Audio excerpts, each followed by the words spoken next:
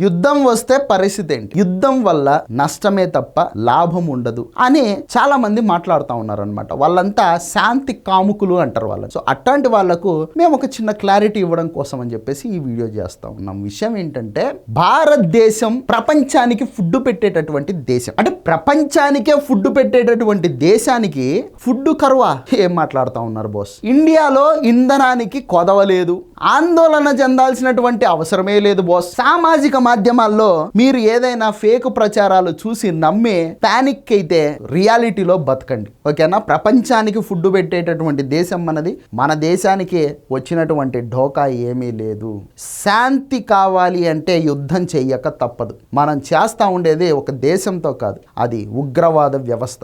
ఆ వ్యవస్థ ఉంటే పక్కన రగులుతున్నటువంటి కాష్టాన్ని పెట్టుకొని నువ్వు ఎంతసేపు కూర్చోలేవు. దాన్ని ఆర్పేయాలి. అది ఆర్పేస్తే నువ్వు ప్రశాంతంగా బతకగలుగుతావు. ఇండియన్ గవర్నమెంట్ తీసుకునే ఏ స్టెప్కైనా సరే ఒక పౌరుడిగా నీ సపోర్ట్ నువ్వు ఖచ్చితంగా ఇచ్చి తీరాలి.